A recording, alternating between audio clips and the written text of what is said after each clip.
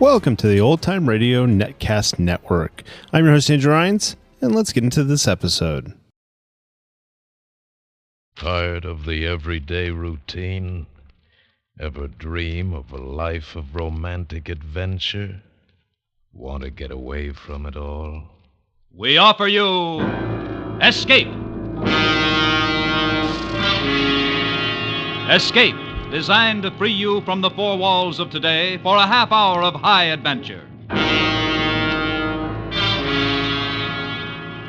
Tonight, we escape to pre-war Paris and the terrifying experience of a young English girl who is the victim of a gigantic conspiracy of silence, as Alexander Walcott tells it in his version of the legend, The Vanishing Lady.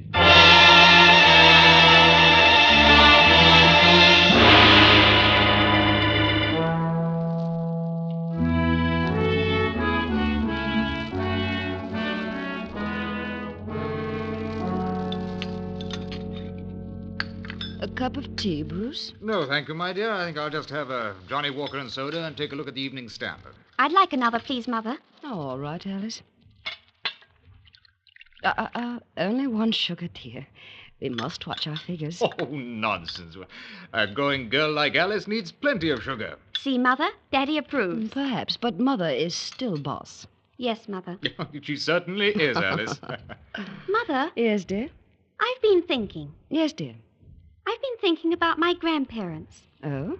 I know all about Daddy's parents. How Grandfather Stanley commanded a dreadnought at the Battle of Jutland, and how... No, it was not a dreadnought, Alice. It was a heavy cruiser. Oh, a heavy cruiser. And he got the VC. And how Grandmother Stanley was a volunteer nurse at Westwall Arch when the Zeppelins came over. And I know about your father, too.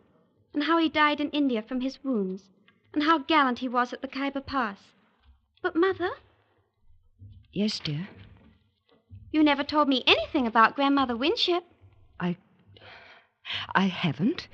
No, and I'd like to know something Bruce. A child 16, I think it's time she knew. But, Bruce... And you'd probably feel better to get it off your chest. What, Mother?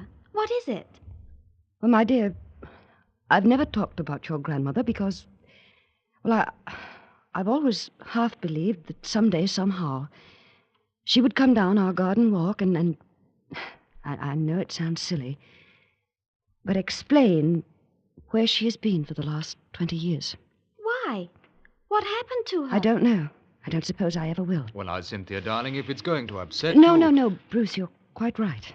It would be best to get it off my chest, as you put it. Alice, as you know, I was born and brought up in India. I was about your age when my father was killed in the Khyber campaign. Mother decided to leave India for good and return to her old home in Warwickshire. However, it was necessary for her to go to Paris to attend to some details of my father's estate. The great Paris Exposition had just opened, and the city was jammed with visitors from all over the world. You can imagine our relief when we arrived at the Grand Hotel Universel and heard the clerk say in quite understandable English, "Ah, Madame and Mademoiselle Winship, welcome, welcome. You will please to sign the register here and here." You have our reservations. Indeed, yes. And you are most fortunate, Madame, that you telegraphed, for I have reserved for you the last room in the house. I'm so relieved. Here, Cynthia, you may as well learn now to sign a register for yourself. "Oh, yes, Mamma. Where do I write?" There, on that line. Oh, yes, I see. Voila. You are fatigued from your journey, yes? I shall have the boy show you to your rooms at once. Chasseur, chasseur. Oui, oui, monsieur. Madame et Mademoiselle Winship à numéro 342 tout de suite. Tout de suite, monsieur. These are your bagages, madame. Yes, these 6. Voilà le bagage, 6 pièces. Cynthia, you'd best carry the little one with the medicine in it. Yes, Mamma. Permettez-moi, mademoiselle. Thank you. I'll take that one, the little red one. Eh bien, this way, ladies. Keep your eye on that porter, Cynthia. I don't trust these Frenchmen. Oh, I don't think he'll make off with our things, Mamma. Oh, here's the lift. Dis donc, Émile. 3e étage. 3e.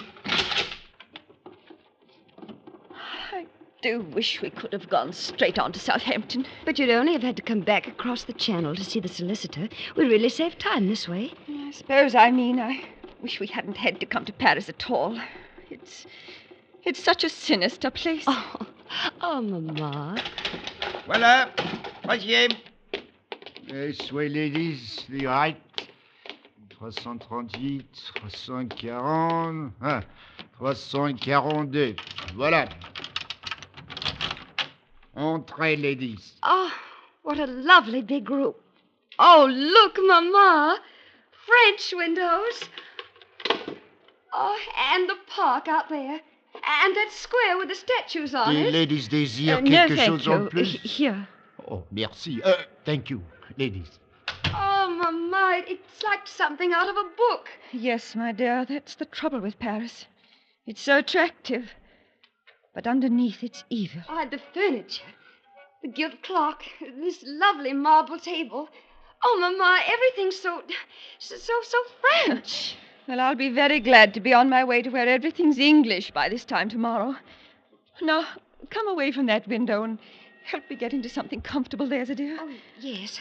Yes, Mama. I don't know when I've been so tired. I just can't seem to catch my... Mama! Mama, what's the matter? Mama, speak to me. Oh, here. I'll get you up in the bed. There. Now, let me loosen your corset. Here, Mama. Here are the smelling salts. Breathe deeply. Mama. Oh, the telephone. I've got to get a doctor. Oh, please hurry. Please. Oh, hello, operator. Will you please send a doctor up to room number... Let me see. Number 342. Pardon? Qu'est-ce que mademoiselle désire? Will you please send a doctor to room number 342? Je ne comprends pas. Qu'est-ce que mademoiselle désire? A doctor, please, a doctor. Ah oui, un docteur. Oui, mademoiselle, tout de suite.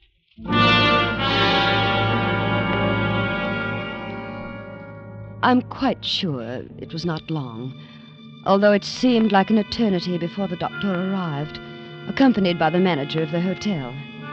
To my great relief, the doctor spoke English.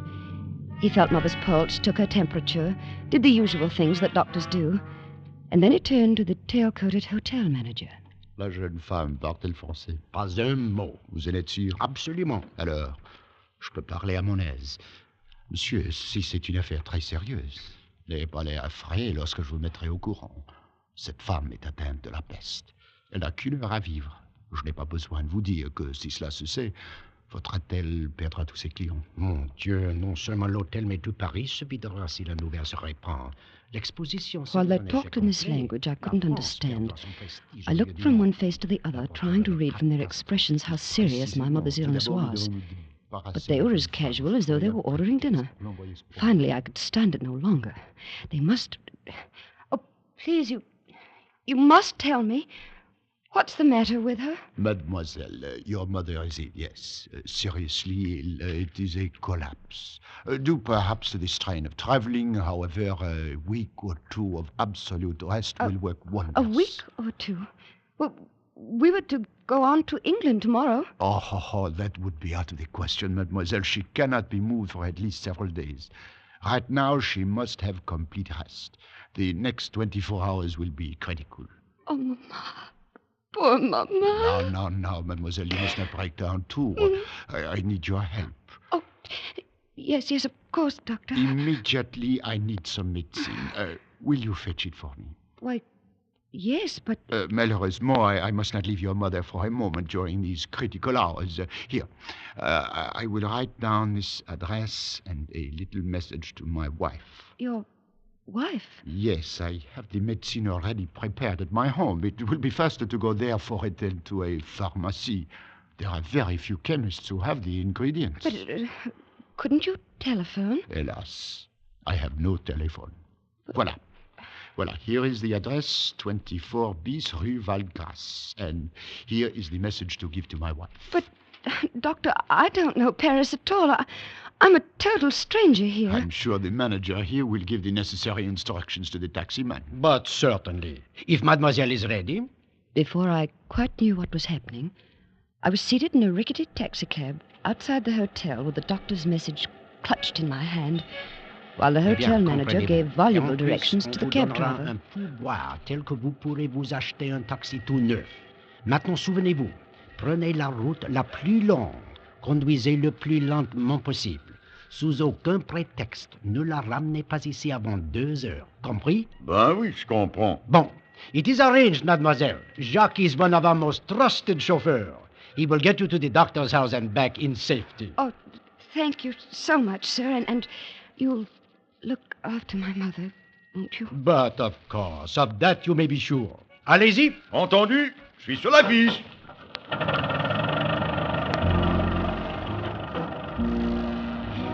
When we left the hotel, we crossed a huge square with statues around it and turned into a wide avenue which led up a gentle incline, at the top of which was a huge arch. But before long, we turned off to the right into narrower streets. It must have been 20 minutes later when we turned into another wide boulevard, and I saw another huge arch up ahead. Or was it the same arch? Driver?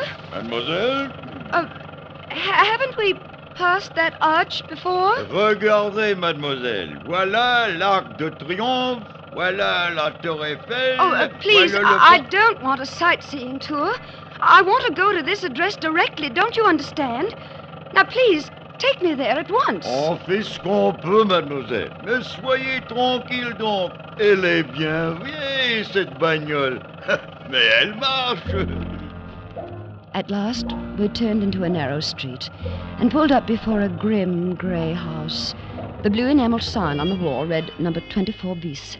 I jumped out of the cab almost before it stopped, rushed up the 3 stone steps and pulled at the brass bell knob. Oh, hurry, hurry, hurry. Please, please hurry. Bonjour, mademoiselle. Monsieur le docteur n'est pas là. The doctor sent me for some medicine. Here, read this, please. Retenez cette jeune femme aussi longtemps que possible. C'est de la plus grande importance pour l'avenir de Paris et même de la France. Entrez. Oh, thank you. Quand vous ne pouvez plus la faire attendre. The doctor's wife stood there reading and rereading the note as though she didn't understand it. And until I thought I would scream. Oh, please, please hurry. Give me the medicine. It's my mother. She may be dying. I must get back to her. Please hurry. Asseyez-vous. She pointed to a chair. Attendez. And slowly walked down the hall and closed the door behind her. I waited and waited. And wondered about the time the cab had taken to get here. About that arch that looked so familiar. And I was torn by the 100 nameless anxieties that torture you when your nearest and dearest is ill. And then I heard something that froze my blood. A telephone. A telephone clearly ringing somewhere in the house. But the doctor had said he had no telephone. That was the reason I must come all this way for the medicine. Oh, no. No, it couldn't be in this house. It must be next door. Or across the street, of course. That's where the sound was coming from. Hello? But no. It was the voice of the doctor's wife answering the phone. Oh, no. No, what monstrous plot was this? I felt my scalp crawl with terror. My brain pounded and my head felt as though it would burst. I wanted to scream, to run out of this awful house, to run all the way across Paris to the bedside of my mother. Voilà, mademoiselle. La médecine. Oh, thank you. Thank you. Au revoir, mademoiselle. Now, driver, please. Please, in the name of your own mother, hurry. Back to the hotel as fast as possible, please.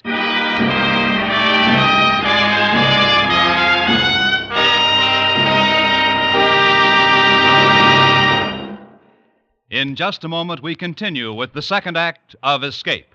But first, no, you won't be hearing double. That'll be Groucho Marx appearing on 2 different CBS shows tomorrow night. First, in his own hilarious ad-lib quiz, You Bet Your Life, and then immediately following as Bing Crosby's guest. Don't miss this great meeting on CBS tomorrow night. And now we return you to Escape.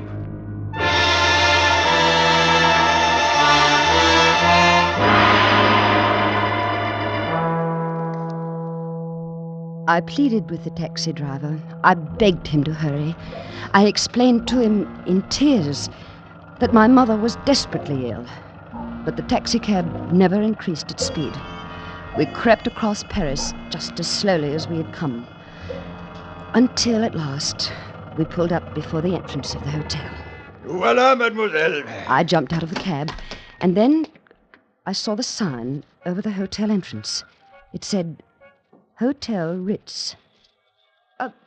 Driver, you've taken me to the wrong hotel.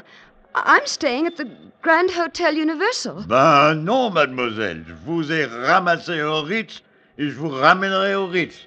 Et il y a 25 francs 50 au compteur. Et j'aimerais recevoir immédiatement, en plus le pourboire. Please, I don't understand what you're saying, but I want you to take me to the Grand Hotel Universal. Et c'est ici que je vous ai pris en charge et c'est ici que je vous ramène.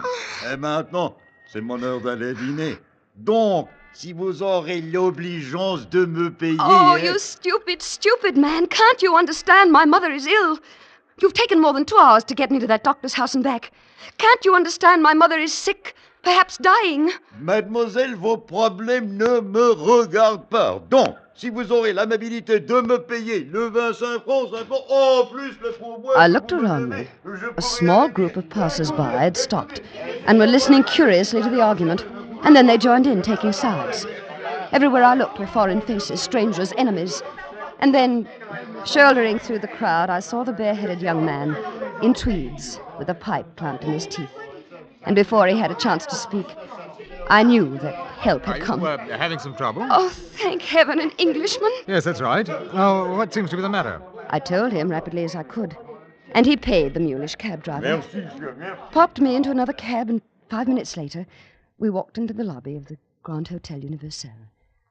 The manager was behind the desk. Please, my mother, is she all right? I beg your pardon? My mother, Mrs. Winship, in 342. Is she all right? There is no Madame Winship in 342. What? 342 is occupied by Monsieur Auguste Noailles, a permanent guest. Oh, please, don't you remember me? I'm Cynthia Winship. 2 hours ago, you put me into a taxi to go to the doctor's house for some medicine for my mother. No, I'm afraid mademoiselle is mistaken. I have never seen her before in my life. Well, now, look here. What is this? No, listen, I swear to you, it is as I say. We signed the register less than 3 hours ago. We got in on a train from Marseille. Well, now, let's have a look at the register. Oh, yes. I'll show you. I'm in 342. Where is the register? It is here, mademoiselle. You may see for yourself. See, today's date. 14 guests registered, but I don't see any mademoiselle or Madame Winship. Do you? But this is monstrous. It's impossible. My mother is somewhere in this hotel. What have you done with her? What have you done with her?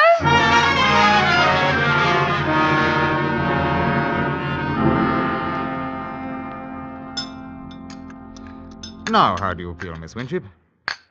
Better, thank you. The soup was very nourishing. Well, want to have something else? A salad or a bit of roast? No, thank you. Just a cup of tea, perhaps. Why, yes, certainly. Garçon. Monsieur? Just the thé pour mademoiselle. Tout de suite, monsieur. I don't know how to thank you, Mr. Do you realize I don't even know your name? Well, it's Bruce. Bruce Stanley. I'm glad to meet you, Mr. Stanley. Well, it's a pleasure, Miss Winship. Mr. Stanley, you believe me, don't you? Of course I do, Miss Winship. We did register at that hotel. We were in room 342. Why, I can even describe the furnishings. There was a big window that went from the ceiling to the floor. Every hotel room in Paris has windows like that, Miss Winship. Oh, they do? Yes. Oh. Well, in this room, the draperies were plum-colored, and there was a marble-top table, black marble it was, and a gilt clock. It had run down. The hand stopped, I remember, at 20 minutes past 3. The walls were covered in rose brocade, and the bedspread was a washed-out yellow. Oh, if I could only get into that room, you'd see that I'm not making this up. No, I'm sure that you're not.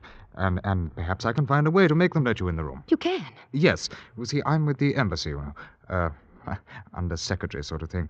I believe that the British Empire has enough influence to change the mind of an obstinate Paris innkeeper. Oh, well, then let's do it right away. Oh, well, I'm afraid the might of Britain can't move that fast. It's past dinner time. But tomorrow we shall see. Tomorrow? Oh, but I must get in that room tonight. I have no money and nowhere to sleep. Well, we can do nothing with the people at the hotel. You saw that.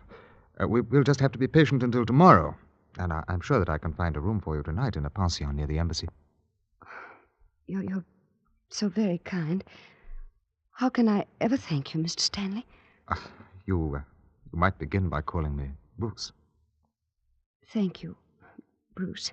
Thank you, Cynthia. Oh! Well, what is it? I've just thought of something. The doctor. The doctor? Yes, the one the hotel manager brought in to look after Mother. I still have his address somewhere here in my bag. Just a minute. Yes, here it is. Oh, we must go there immediately. He can tell us about Mother. 24 bis Rue Val de Grace. Well, it's not far. That's just off the Boulevard Raspail. It's near the Gare Montparnasse. How long would it take to get there by taxi? About 10 minutes. But it took over an hour this afternoon.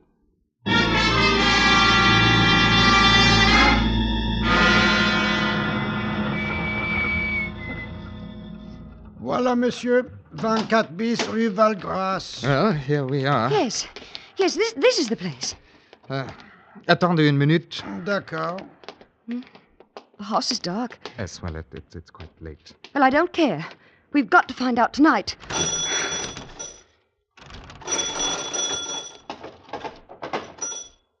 Qui est en bas? Oh, where is he? Oh, he's there at the upstairs window. Monsieur le docteur, c'est Mademoiselle Winship. Elle veut vous questionner de sa mère. Je connais pas de Mademoiselle Winship. He says he doesn't know you. But he must. He must. Doctor, don't you remember? This afternoon, you sent me here to your house for medicine for my mother. Je comprends pas l'anglais. And he says he doesn't understand English. The liar. He does. He speaks perfect English. Ah, jeune ami, je vous conseille de ne pas déranger le sommet des gens respectables. Et de vous en aller avant que j'appelle la police. I'm sorry, Cynthia.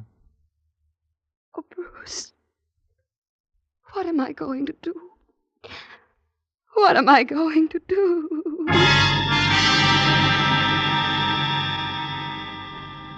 If it hadn't been for Bruce, I'm certain I should have gone out of my mind that dreadful night. He found a room for me at the pension near the embassy, where I spent a sleepless night. I tossed and turned and worried myself in an agony almost beyond endurance. Where was my mother? What had they done with her?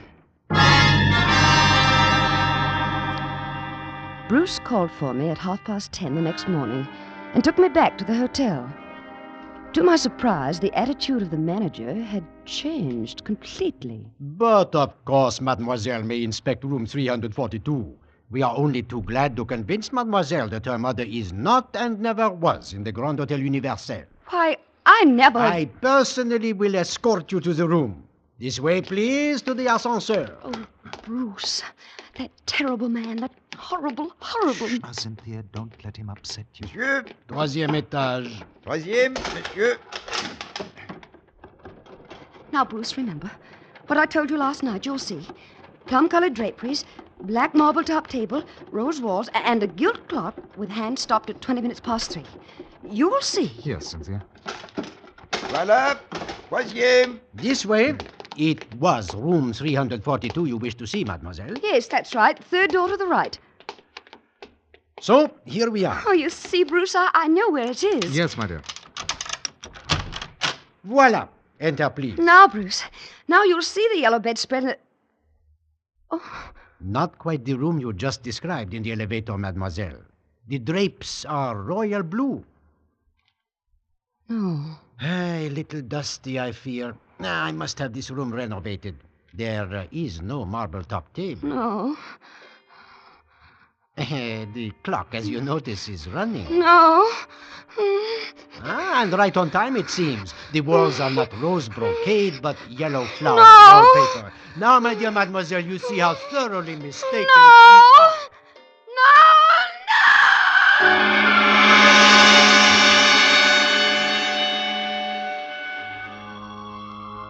They had tried to make me think I was mad. They succeeded.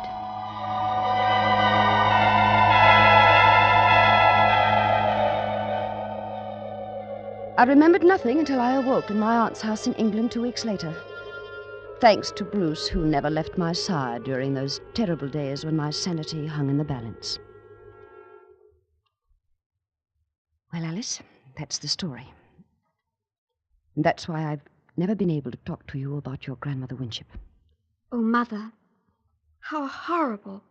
Because all these years, I've clung to the foolish hope that somehow she'd come back and tell us herself what happened.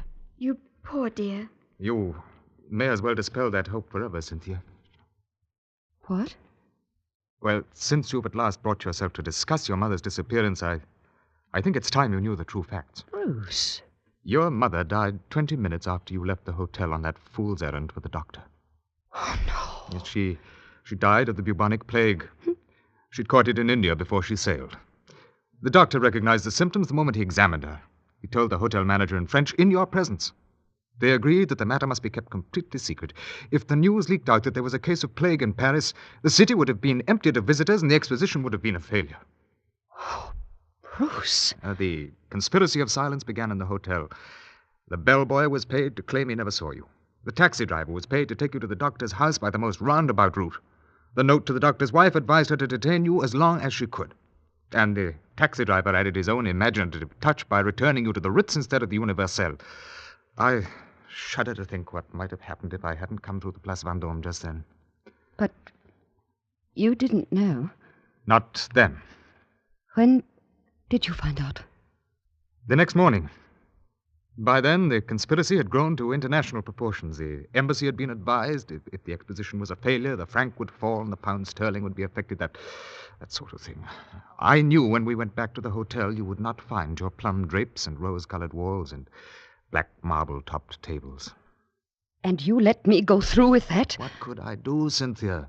I was acting under orders. I knew that the hotel had completely fumigated and redecorated the room overnight, and everything was in readiness to repudiate your story. I had to let the last act of that dreadful farce play to its dreadful end. What did they do with Mother? Her body was removed from the room less than 30 minutes after you left it and immediately burned. Why? Why didn't you tell me years ago? Why did you let me go on all this time? This is the first time that you have ever mentioned your mother since then, my dear.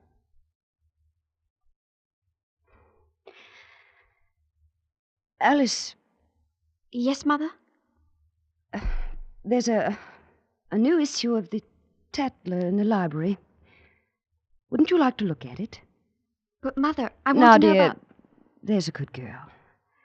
I want to have a talk with your father.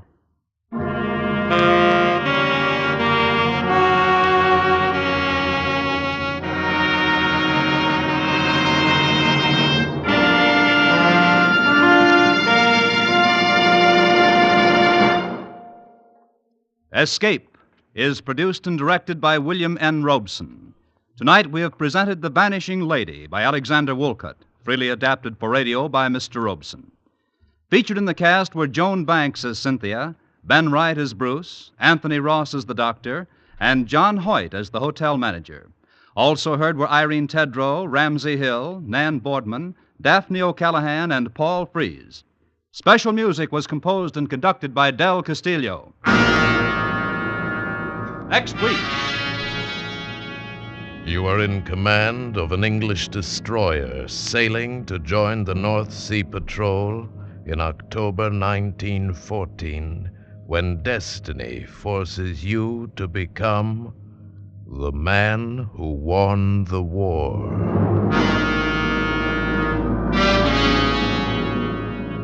Next week, we escape with one of the classic stories of the First World War, Robert Buckner's famous and unforgettable tale, The Man Who Won the War. Goodbye, then, until this same time next week, when once again we offer you Escape. This is CBS, the Columbia Broadcasting System.